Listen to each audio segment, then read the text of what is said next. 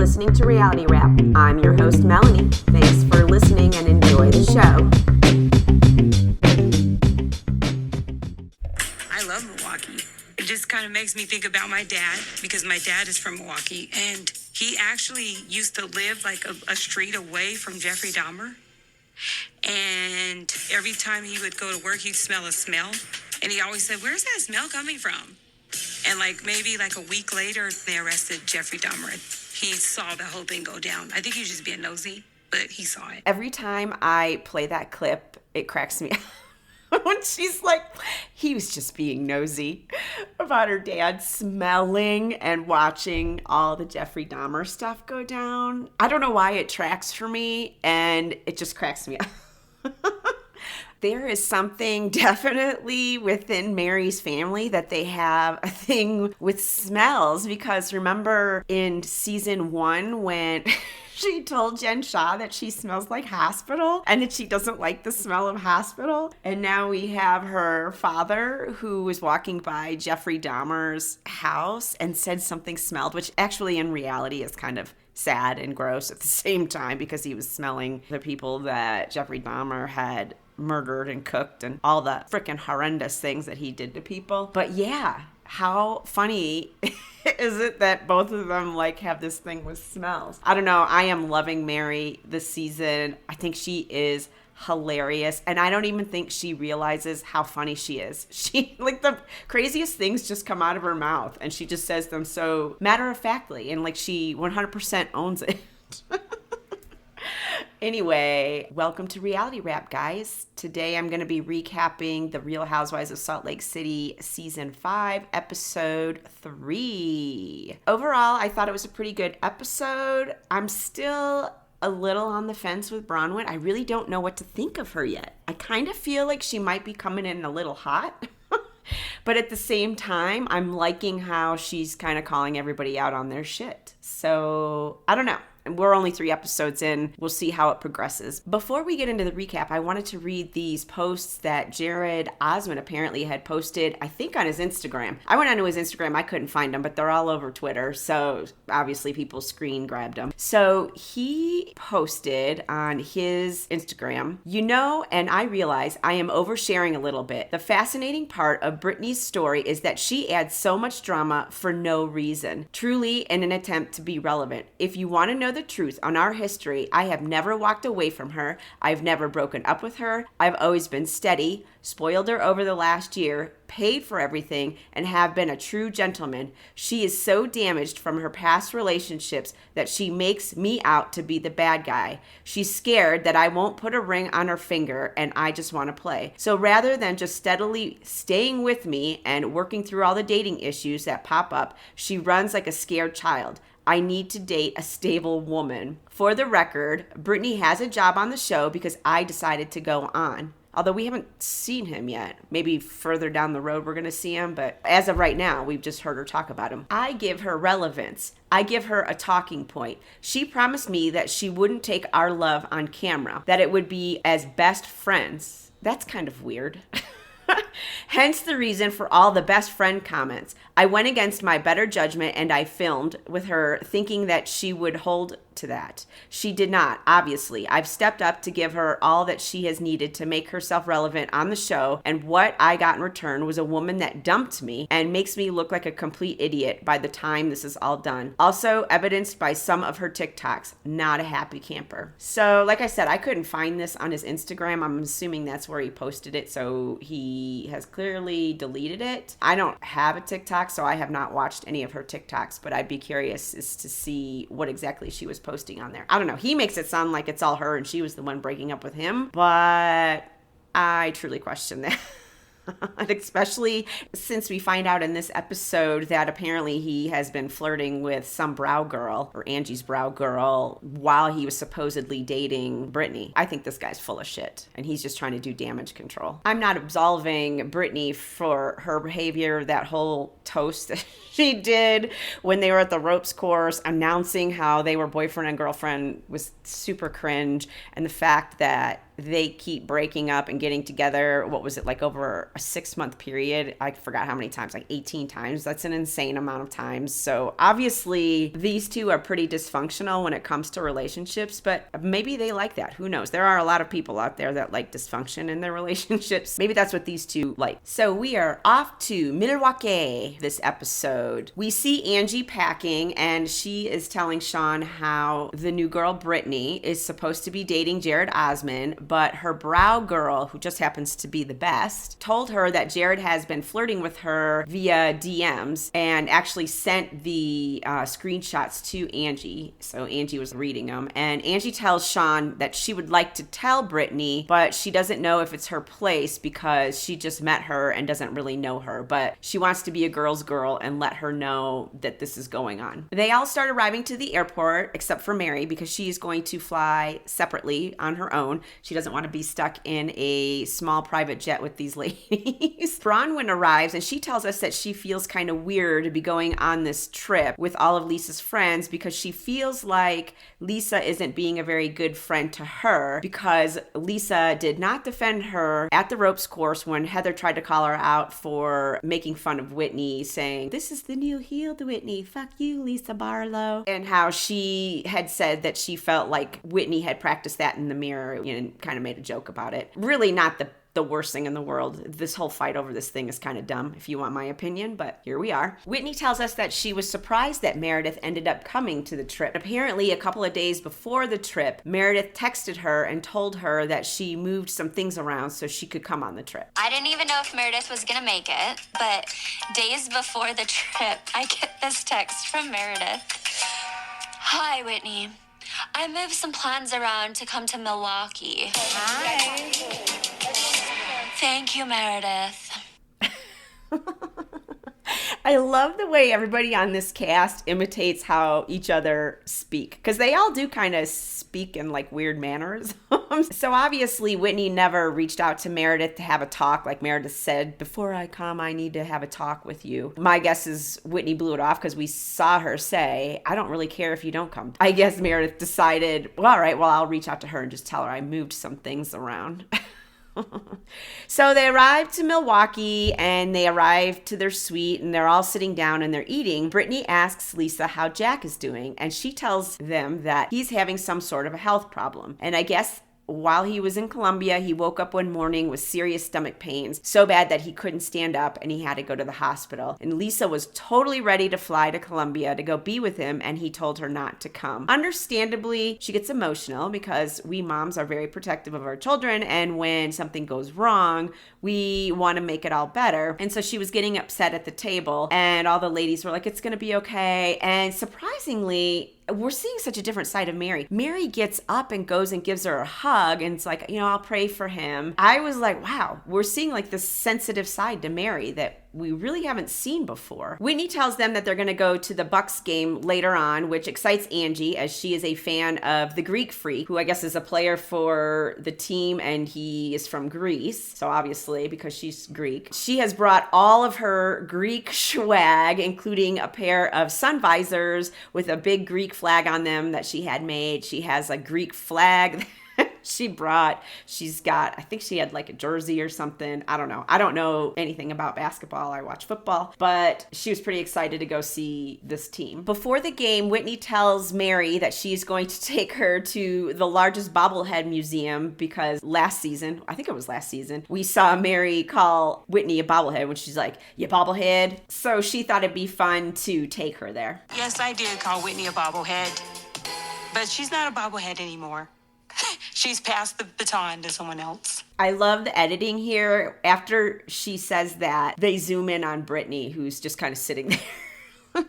Heather tells them that she wants to go gambling because there is a casino there, and Lisa, Meredith, and Angie all are like, "I want to go with you." While they're all in their rooms getting ready, Angie goes into Bronwyn's room, who's getting her hair done, and she asks Bronwyn how she's doing because the last time they were all together, she felt like Bronwyn's energy shifted after Heather kind of came after her about the Whitney thing. Bronwyn tells her, "Yeah, I'm pissed at Heather for trying to throw me under the bus, but I'm even even more pissed at Lisa because Lisa's supposed to be my friend and she did not stick up for me. Bronwyn tells her that the things that Lisa said about Mealy were far worse than what she said about Whitney. And we get a flashback to the car when they're on their trip to Wendy's, and Lisa's telling them that she heard Mealy is about to get blacklisted from Nordstrom's because of all the returns that she does. I actually knew somebody back in Virginia that this happened to. I wasn't like direct friends with her. She was a friend of a friend. And we were sitting around one time and she was telling us how she orders from Nordstrom's online and she orders multiple colors and multiple sizes of an outfit. And once they came in, she would try them all on and then pick the one that she wanted and then she would return it back to the store instead of, I guess, going to the store and trying everything on and looking at it in person. So eventually Nordstrom's told her that she wasn't allowed to order online anymore. So you know what she did? She started ordering under her husband's name.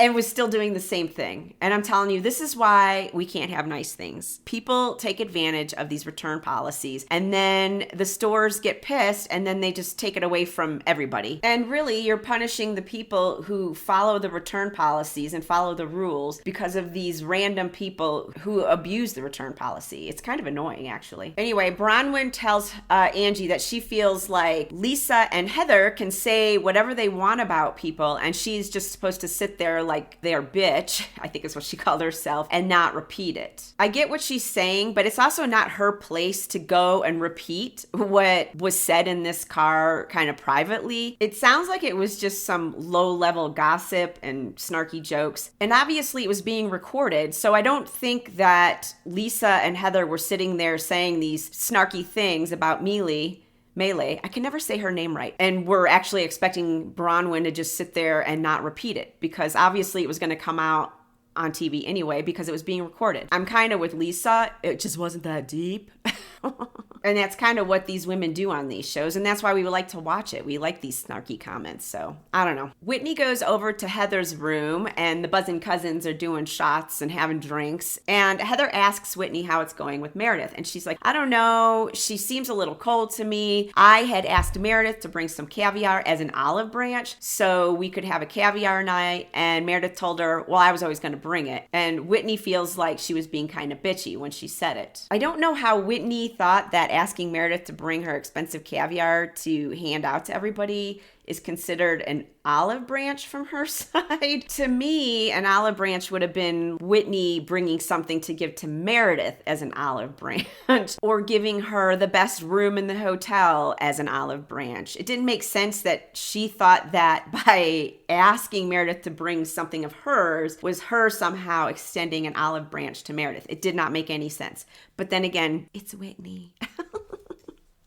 Whitney asks Heather how it is around Bronwyn after their little altercation at the ropes course, and Heather tells her that she feels like she is also being a little cold. Heather firmly believes that Bronwyn is just playing to whoever is in front of her at the time and that she's actually being manipulative. Whitney feels confused because she seems to really get along with Bronwyn, and honestly, she doesn't really seem to care what Bronwyn said, which is why this whole thing being blown up is kind of stupid. So the casino group arrives to the casino. Lisa tells us that the Mormon church is against things that are addictive, such as gambling, drugs, drinking, pornography. She then proceeds to tell us that one time she was on a flight and there was a Mormon kid sitting next to her on the airplane who watched porn for 4 hours on the flight.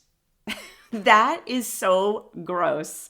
I'm sorry. I would have been like, dude, turn that off. I can see that. Not to mention, if he's sitting there watching porn and he's a young pubescent boy, you know he's like popping a woody, right? Like, ew, that's so gross to do on an airplane. I get concerned when I'm watching my iPad and I'm watching a movie and a sex scene comes on. I immediately hit the 30-second advance button until it's off of my screen because I'm worried about the people around me seeing it. So the fact that this kid was sitting on the airplane watching porn for 4 hours, she really should have said, hey, that is not appropriate to watch on the airplane. Turn it off. You know what they say? See something, say something.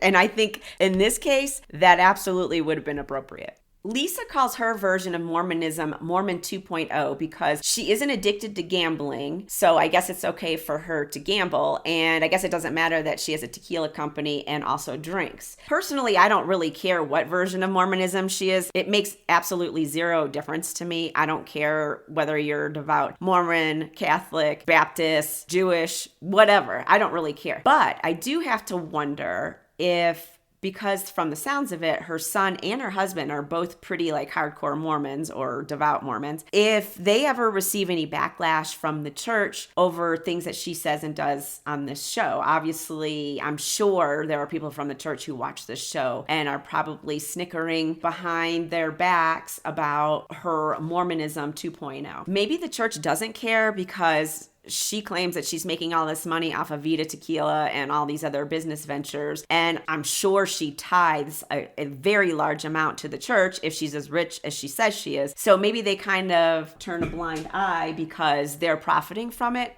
I don't know. At the Bobblehead Museum, the girls are walking around and they're doing a scavenger hunt. These 4 funny ladies racked up 11 Emmy wins over the Golden Girls. Yes, Golden Girls. Okay. It's got to be by TV stuff, right? They're right here. By the way, when they were saying who was who on the Golden Girls show, I think they got it all wrong. No way is Mary Rose. Whitney is more like Rose, not Sophia. Sophia was like the old lady, and Whitney's like one of the younger cast members. So I was like, that doesn't even make sense to me. And Whitney's kind of an airhead, just like Rose. Back at the casino, Lisa tells Britani that she needs to stop texting Jared because she was sitting there texting Jared while they're gambling, and that she needs to be done with him unless he makes a major change. Britani's like, he did. He asked me to be his girlfriend. Again, this is not like standard verbiage or behavior from a woman who's in her 50s. It's more like somebody in high school who's like, yes, who just asked me to be his girlfriend. It was very strange. Meredith and Heather go off to the bar to get everybody drinks. I have to ask, if Heather's on Ozempic, you're not supposed to drink on Ozempic, right? Because I feel like she's drinking a lot on this trip, and she has admitted already that she was on Ozempic. So I'm kind of wondering how that works if you're not supposed to drink while you're on Ozempic. Anyway, Heather tells Meredith that Whitney feels like Meredith was being a little cold to her after she had extended an olive branch to her by asking her to bring the caviar to give to everybody. Meredith tells her, I don't know how asking me to bring caviar to hand out to everybody is an olive branch to me.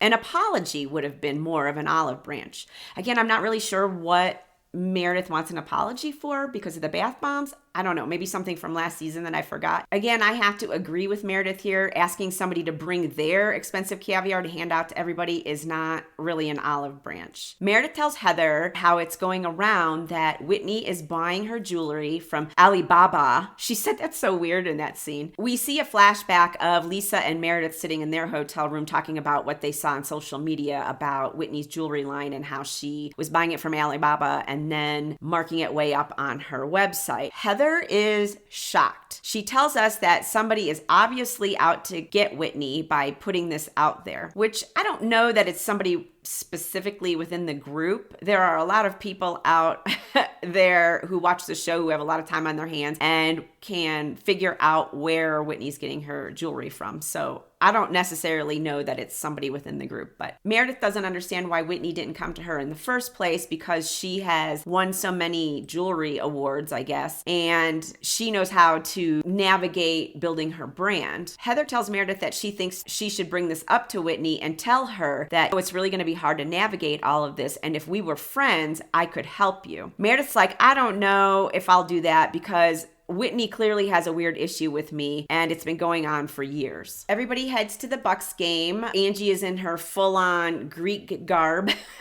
So they go and get to sit courtside to watch the warm-up, and they're taking selfies with some of the players. Once the game starts, they head up to the suite to watch the game, and while they're watching the game, Britani FaceTimes Jared. Angie and Bronwyn are kind of sitting like one little tier up behind them, and Angie is telling Bronwyn about how Britani is obsessed with Jared and that her brow girl and Jared have been flirting in the DMs, and she shows Bronwyn the screenshots. In one of the messages, Jared does tell the brow girl that he and Britani are no longer together. or are not together. Bronwyn tells Angie, I would want to know something like this. If Todd was doing something like this, I would want to know. For the life of me, I cannot figure out why Angie is saying all of this right behind Britani. Honestly, I feel like she should have pulled her aside and quietly told her. Not to mention, she's telling somebody else about it before she actually gets a chance to tell Britani about it. Obviously, Britani can hear them because they are literally sitting right behind her talking.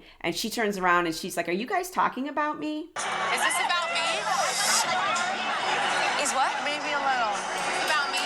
Maybe a little. I see that you love this guy.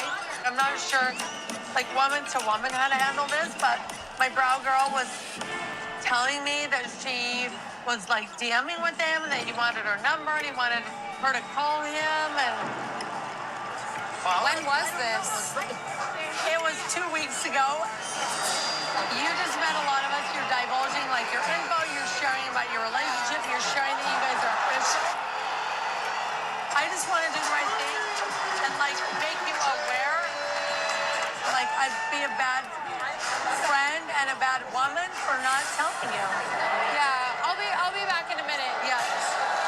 Obviously, this upsets Britani, and so she walks off crying, and Meredith goes with her. Like I said, I really think Angie could have handled this differently. She should have privately pulled her aside. She shouldn't have been telling Bronwyn about it right in front of Britani. In the bathroom, Meredith is consoling Britani. She tells her, it's better that you know, and Britani tells her, well, I definitely suspected that there was something going on. And Meredith says, maybe you should take some time to yourself and go on other dates with other people, which I think is great advice. But again, it could also be that Britani is attracted to this kind of drama because there are lots of people out there who are absolutely addicted to this kind of drama and like drama in their relationship. Maybe that is why she is okay with breaking up and getting back together. Back in the box, the women are eating lobster corn dogs. I did not know that was a thing, but I am definitely going to need to have one. Lisa is sitting next to Bronwyn. Bronwyn tells her that they need to talk about how Mealy wanted to talk to her, and we see a flashback of Bronwyn telling Mealy about what Lisa had said to her about returning things at Nordstrom. Mealy hears her name, so she goes over and she asks what Lisa had said, and Lisa tells her it was just a snarky comment, it wasn't that deep. And that's all we get from Melee, because at this point, Bronwyn interjects and she tells Lisa, see, this is the problem, Lisa. You say something shitty and say that it was just a snarky comment. But when I say something snarky, it's not a joke. And if all of you get away with a little mess, then you're going to have to let me get away with a little mess as well. And that includes Heather. Lisa apologizes to Bronwyn for not feeling supportive. Notice the wording there. Apologizes for her not feeling supportive, but that the dynamics are new for her. I'm not really sure what she meant by that. Is it because now they're on a show together, so she kind of has to pick and choose what she reacts to? I don't really know why she says the dynamics are different. I'm assuming it's because they're on a show together now and instead of friends in real life. Bronwyn tells Lisa that when Heather was yelling at her about the whole Whitney thing, Lisa should have said, I know Bronwyn, and that is not what she meant. Lisa tells us in her talking head that she did defend her, and we see a flashback of Lisa talking to Melee, and she's telling her that everybody has a different way of speaking and that Bronwyn just speaks in a different manner. I didn't catch this when the other episode aired, so I don't know if they left that part out and they're just now flashing back or showing it to us, or if I just missed it altogether. But so it does appear that Lisa did say something, but she was only saying it to Melee. She wasn't saying it to the whole table and out loud. She was saying it off to the side. Bronwyn tells Lisa that she felt like Lisa was egging Heather on, to which Meredith chimes in and she says, no, she wasn't egging her on. I can't say I really recall Lisa egging her on either, so I'm not really sure where Bronwyn's getting this from. Heather comes over and Lisa tells her what they're talking about, and Heather tells Bronwyn, I didn't mean to put you on blast, to which Bronwyn says, well, you might not have meant to put me on blast, but you're going to need to get correct on a couple of things if we're going to have a real friendship. Heather tells her, well, here's the difference. Neither I or Lisa went to Whitney and deny what we said in the car, but you did. which I didn't hear her deny that she said it. She actually admitted that she said, I thought it was very rehearsed and funny, like you practice in the mirror. Fuck you, Lisa Barlow. So she wasn't denying it. Heather says, for someone who doesn't know Whitney very well, you sure did have some strong things to say about her. And I do have to agree with Heather here, even though I don't really like her. Bronwyn did chime in to the conversation and say that about Whitney when she doesn't even really know Whitney. But Bronwyn might also be one of those people that feels like they have to chime in every conversation. So instead of just sitting there and listening, she felt like she had to say something as well. And that's why she said it. Again, it wasn't that big of a deal for Bronwyn to say that she felt like Whitney had rehearsed that in the mirror. It did kind of come off rehearsed. And as we've seen in the past, Whitney does try to have moments on this show. So it is not out of the realm of possibility that she actually did rehearse it or knew she was going to say it at some point this season. Whitney tells us in her talking head that while she thinks it's great that Heather is sticking up for her, she does believe that Heather's distrust of new people is being taken out on Bronwyn. Do you think that's fair, though, that you say different things to different people and present a different angle, like to each group? Like, come on, man. You said that I laughed at Whitney's trauma when both of you said to me, Whitney plays that up when she wants to and downplays it when she doesn't. You two are her long-ass friends, and that's not worse? Now, Bronwyn does make a good point here. If those two did say that while they were driving around in their little Wendy's trip in the car, that was way worse than Bronwyn saying that she felt like Whitney was practicing her little thing in the mirror. Now, Lisa also said that directly to Whitney, that she weaponizes her trauma and uses it against people. So is it really that big of a deal that Lisa repeated it because she had already said it directly to Whitney? I don't know. But I actually do agree with Lisa. Whitney does throw her trauma around quite a bit, and it's trauma that we're not really sure what it is exactly. It's been ongoing for a couple of years, and we still don't know exactly what it was that happened to her. We also saw last season, after Whitney's friend had died, she still came to an event. Lisa wasn't quite sure how to console her, and then she used that against Lisa as well. Even though Lisa had sent her flowers and had been texting with her the whole week leading up to her friend's death, at that particular event, she was like, I didn't really know if you wanted me to hug you or what, because I didn't know if that was going to make you cry. And then Whitney used that against her as well. So I do get where Lisa's coming from. Anyways, that's how the episode ends. We see Bronwyn in her talking head saying that, everybody kind of talks shit about everybody. She's not the only person that's doing it, and she's not the root of the problem. I don't think anybody was saying she was the root of the problem, nor do I feel like anybody was saying that she was the only one talking shit. They just called her out for talking shit. Again, I don't think it was that big of a deal what she said, and I think she's making it bigger than it really needs to be. And really, it doesn't even seem like Whitney gives a shit, so maybe she should just let it go. All right, guys, that is all I have for the Real Housewives of Salt Lake City this week. I hope you guys all have a really great weekend. Talk to you next week. Bye.